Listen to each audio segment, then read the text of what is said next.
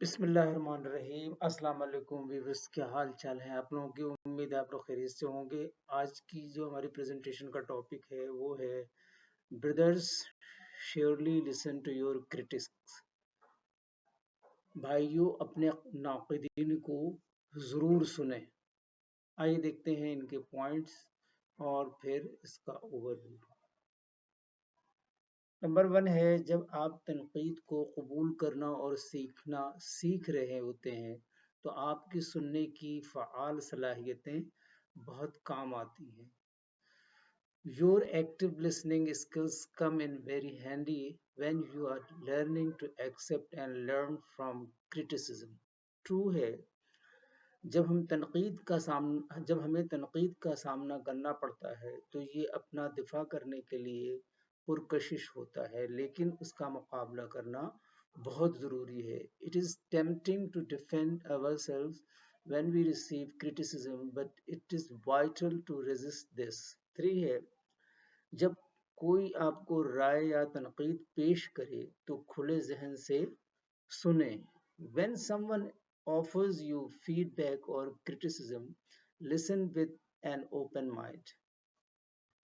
Self explanatory چیزیں ہیں، بس تھوڑا سا اس کا اوور ویو میں آپ کو دے دیتا ہوں۔ باقی ماشاءاللہ آپ سب لوگ جو ہے مجھ سے زیادہ جو ہے سمجھدار ہیں اور ہمارے ویورز مجھ سے زیادہ ایکسپیرینس بھی ہیں اور زیادہ جو ہے نالجبل بھی ہیں۔ ہم اپنے ناقدین کو سننے اور اپنے ناقدین کی تعریف میں فرق نہیں سمجھتے۔ میری عاجزانہ رائے میں آپ کے نقاد کی طرف سے تعریف نہ کرنے کا بہترین طریقہ یہ ہے کہ وہ جو کہہ رہے ہیں اسے سنیں، پھر خود ہی اندازہ لگائیں کہ ان کی تنقید کے کون سے حصے آپ کی زندگی کے جائز کمزور پہلوؤں کی عکاسی کرتے ہیں۔ ہم الفاظ کو سننے سے زیادہ آواز سنتے ہیں۔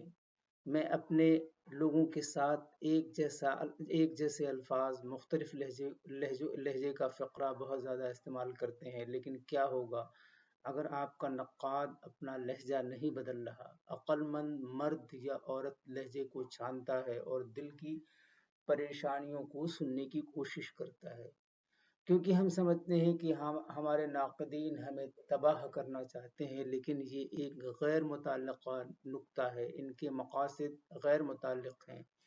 اپنے بارے میں جائز خدشات سننے کے بجائے ہم فیصلہ کرتے ہیں کہ نقاد ہماری سماعت کے قابل نہیں ہے، کیونکہ ہم ان سے منسوب محرکات کی وجہ سے میں اسے کافی مضبوطی سے نہیں کہہ سکتا۔ اگر ہم اپنے نقاد کے محرکات کے بارے میں مشکوک ہونے کی وجہ سے خود پر غور کرنے سے گریز کرتے ہیں تو ہم اپنی اصلاح کے عظیم مواقع کھو دیتے ہیں۔ سب سے زیادہ اہم، اپنے ناقدین کی بات نہیں سنتے کیونکہ ہمارے عقائد کے باوجود ہم اپنے بارے میں اپنی رائے کو برقرار رکھنے کے لیے اپنی راست بازی کی طرف دیکھتے ہیں۔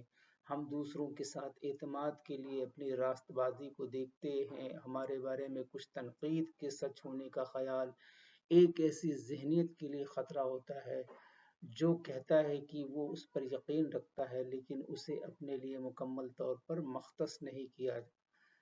آپ سچائی کو نہیں سنبھال سکتے اگر آپ اپنے آپ پر یا کسی محبوب وزارت پر تنقید سنتے ہوئے غیر منصفانہ غصے والے آدمیوں کے ساتھ اٹھتے ہیں۔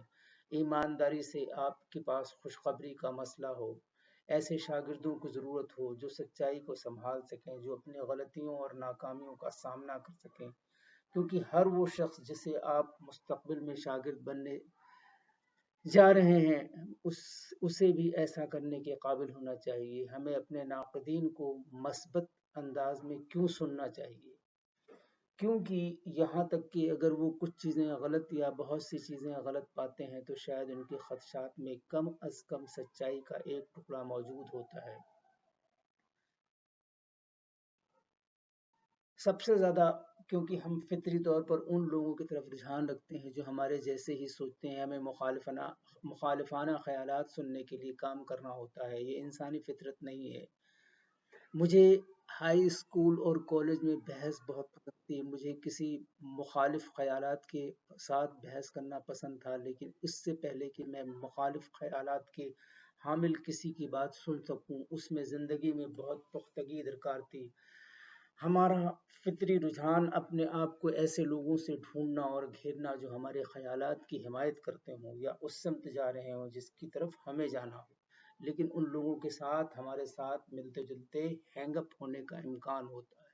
ہم ان کی طرف جھکتے ہیں کیونکہ وہ آرام دہ ہوتے ہیں، اس لیے ہمیں ناقدین کی ضرورت ہے، وہ ہمیں بے چین کرتے ہیں، لیکن ہم اپنے کمفرٹ زون سے باہر دھکیلنے لیکن ہم اپنے کمفرٹ زون سے باہر دھکیلے بغیر کبھی بھی غلط طویل مفروضوں کو درست نہیں کرتے۔ اصلاح فطری طور پر غیر آرام دہ ہے۔ جب ہم اپنے ناقدین کو غیر صحت مندانہ انداز میں سنتے ہیں تو ہم ساتھیوں کے دباؤ کی وجہ سے ہم ان کے خدشات کی طرف جھک جاتے ہیں۔ جب ہم اپنے ناقدین کو صحت مندانہ انداز میں سنتے ہیں تو ہم دفاعی انداز اختیار کرتے ہیں اور یہ جاننے کی کوشش کرتے ہیں کہ ان کے خدشات میں ہمارے بنیادی عقائد سے کیا مطابقت رکھتے ہیں۔ ان کی تمام تنقیدیں ہماری بنیادی اعتقادات کے ساتھ فٹ نہیں ہوتی، لیکن کئی بار ان کی زیادہ تر تنقید ہوتی ہے۔ آئیے دیکھتے ہیں آج کے کوٹس اور دیکھتے ہیں کہ اس میں کیا میسج ہے اس ٹاپک سے ریلیٹڈ۔ کوٹس میں اکثر میں اس لیے دیتا ہوں کہ اس ٹاپک سے ریلیٹڈ ہی جو ہے کوٹس ہوں، تاکہ جو ہے مطلب اس کے اندر بھی جو ہے آپ کو لوگوں کو ایک شارٹ میسج مل جاتا ہے لاسٹ میں۔ کبھی نہیں سنا کہ انسان کو اس کی عاجزی لے ڈوبی، انسان کو ہمیشہ اس کا تکبر لے ڈوبتا ہے۔ My dear brothers, take note of this. Everyone should be quick to listen, slow to speak, and slow to become angry, for man's anger doesn't bring about the righteous life that God desires. Thank you for watching and listening. Allah Hafiz.